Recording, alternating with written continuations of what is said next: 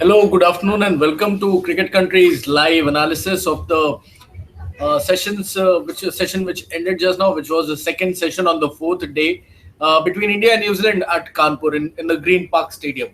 What we have is the latest development. New Zealand will be chasing 434 runs to win the first test, which is as good as a huge mountain to climb because no team has scored at least even 350 in the recent memory, what we can recall in the in the fourth innings.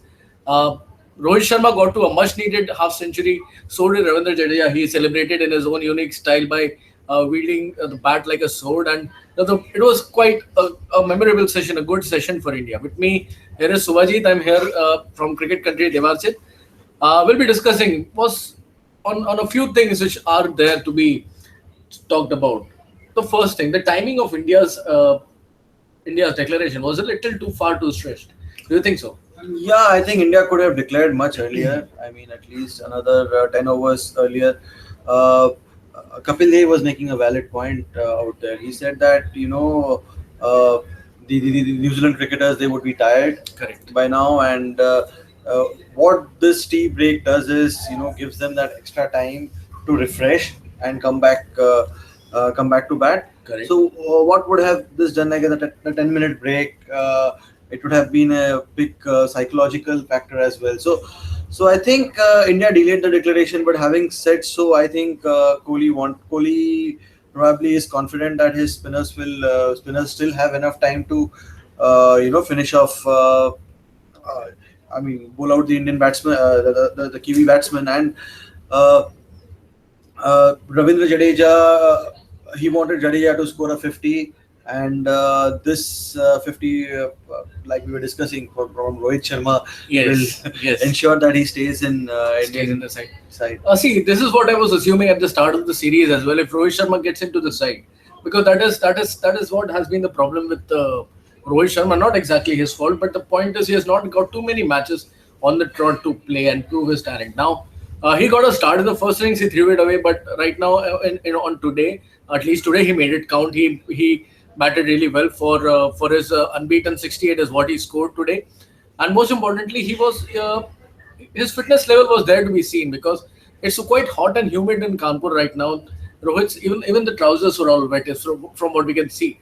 But he kept going on, and he kept striking, and he kept picking all those singles and doubles, which was a point which was proven by Rohit that his fitness is up there among the best. But we can also say that the Ravindra Jadeja he got a much needed half century. I mean, everybody has been doubting about his batting progress is as far as international cricket is concerned.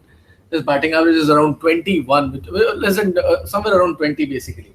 So definitely, I mean, it does give a shot in the arm to his test batting credentials, isn't Yeah, it? and it's a contrast to what we have seen him do in first class cricket. How many cricketers have three triple hundreds in first Correct. class cricket? He Correct. averages in the mid 40s, and in the current Indian team, he bats at number 8 or 9. Correct. So I think it was good, and even the first innings he played a very important knock. So this is turning out to be Jadeja's test. Jadeja's test. Exactly. We have two very interesting comments coming in. The first one is from Mr. Baljinder Singh, who is asking how many wickets down for New Zealand at the end of the day four. Uh, we'll have to give it to New Zealand. They batted very well in the first session. Their top order looks a neck. Martin Gupta tried to play what he can do the best, which is by attacking the opposition. Unfortunately, he got a good ball of Umesh Yadav and he was dismissed. I'm backing Martin Gupta to do a little more better than what he did in the first innings. Of course, the pitch is turning. There is a little more turn compared to when New Zealand batted the last time on this wicket. So we'll have to see what kind of their approach will be on this wicket. But then if you see number two and number three, which is Tom Latham and Kane Williamson, they look like the best New Zealand batsmen in the first innings. So we'll have to see what kind of approach New Zealand have and how soon India deploy their spinners. That is also I something which wouldn't we be will see. surprised really if If they Ashwin actually opens start with Ashwin this. opens the bowling. Yeah. Correct, correct. We have another very interesting comment by Mr. Bhaktish Mahesh Neverekar, who's asking, "Don't you think Kohli should have waited for Rohit's 100?" Mr. Bhaktish, the first point is what we were expecting was to for India to declare their first inning, to declare their second innings, probably an hour into the second session, but they took it a little long. So For them to have waited for Rohit's 100 would have wasted far more quality time. Yeah, and I mean, the team win is much more important than individual milestones. And even had Rohit been not out on 40 or something, I think he Correct. would have played his part. Correct, correct. We have one more comment from Mr. Gautam Das who's asking who will win. As of now, Gautam, India look very, very strong. They have close to 434 runs, which they have set as target for New Zealand, and it will be very tough for the Kiwis to actually bat out till the end of the day tomorrow. They will have to at least look for runs as well at the same time. Yeah, they like look to be positive, and 434. Like Devashit was mentioning before that, no team has done it before, and even in the recent times, if last year Yunus Khan chased down 380, Correct. Pakistan chased down Exactly. 380. Against Sri Lanka. So what you will need is you will need at least two of their batsmen to go big and stay there at the wicket for a very very long time. We cannot say how much long does it stay. But Mr. Shivam Rai is asking it could be tough for New Zealand. Actually, it looks very very tough because India will be waiting. India were waiting for this, for the pitch to start turning, for them to have the runs on the board. It is everything is in India's way, and their spinners they shared Ravichandran Ashwin and Ravindra Jadeja. They shared 9 wickets between them in the first session, so it won't be a surprise if New Zealand actually crumble against these two guys. Mr. Harpreet Singh Sethi is asking, is 434 enough for Jadeja, sir? I don't. Or will he get the 5 wicket haul again? Is what he's wanting to say. I mean, he can get. I mean, the wicket. The wicket has been assisting the spinners, and I mean, if Jadeja continues bowling in the right channels, then no reason. I mean, why Jadeja cannot get another five wicket haul. But we have always seen in the second innings, Ashwin comes. Ashwin is the more, the lethal weapon for India. Correct. Mr. Bishal Prasad is asking a very interesting question. What will be the approach for New Zealand, attacking or defense in this session?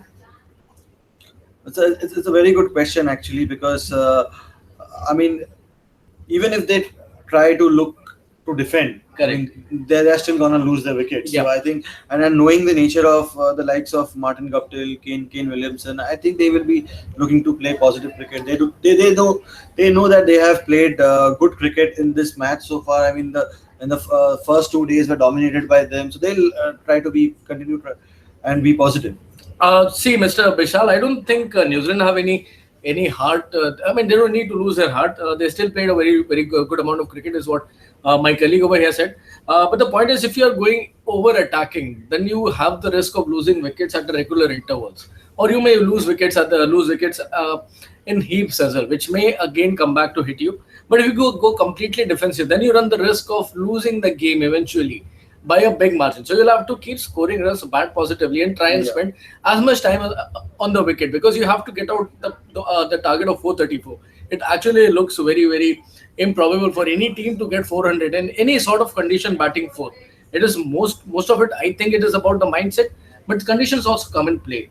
What New Zealand for them, it will be good that what they can do is they can look to try and spend time on the wicket. The batsmen they can get a lot of they have a lot of time to learn how to bat on these sort of wickets, especially the Yes. fourth inning wickets when the pitches are turning square when there are vicious turns. So this is something which is one positive which New Zealand can keep in their mind when they are going out to approach their fourth innings. Mr. Yash is asking, is 434 more than enough for the Kiwis, or can our bowlers take all 10 wickets within that? Right, the runs are more than enough, no Correct. doubt about it, Correct. and more than enough because no team has done this before. And secondly, even if New Zealand go on to win this Test match, they'll have to score at almost 3.5 and over, Absolutely. and bat for 4 sessions. Absolutely, absolutely. We'll be having the start of the play anytime soon. We'll need to get back to the live match. India have set a big target of 434 for New Zealand to chase. It will be a big task, not an impossible task if New Zealand do apply themselves. This pitch is not as vicious as what we got to see in the series against South Africa last year. Batsmen can still bat. Jadeja, Rohit Sharma, they were batting without any problem so far till now.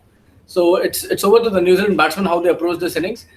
We will be back again at the end of the day's play, which is at around 4:45 for the analysis of the entire day's play. Let's hope New Zealand put up a strong fight. Till then, goodbye for now. Goodbye.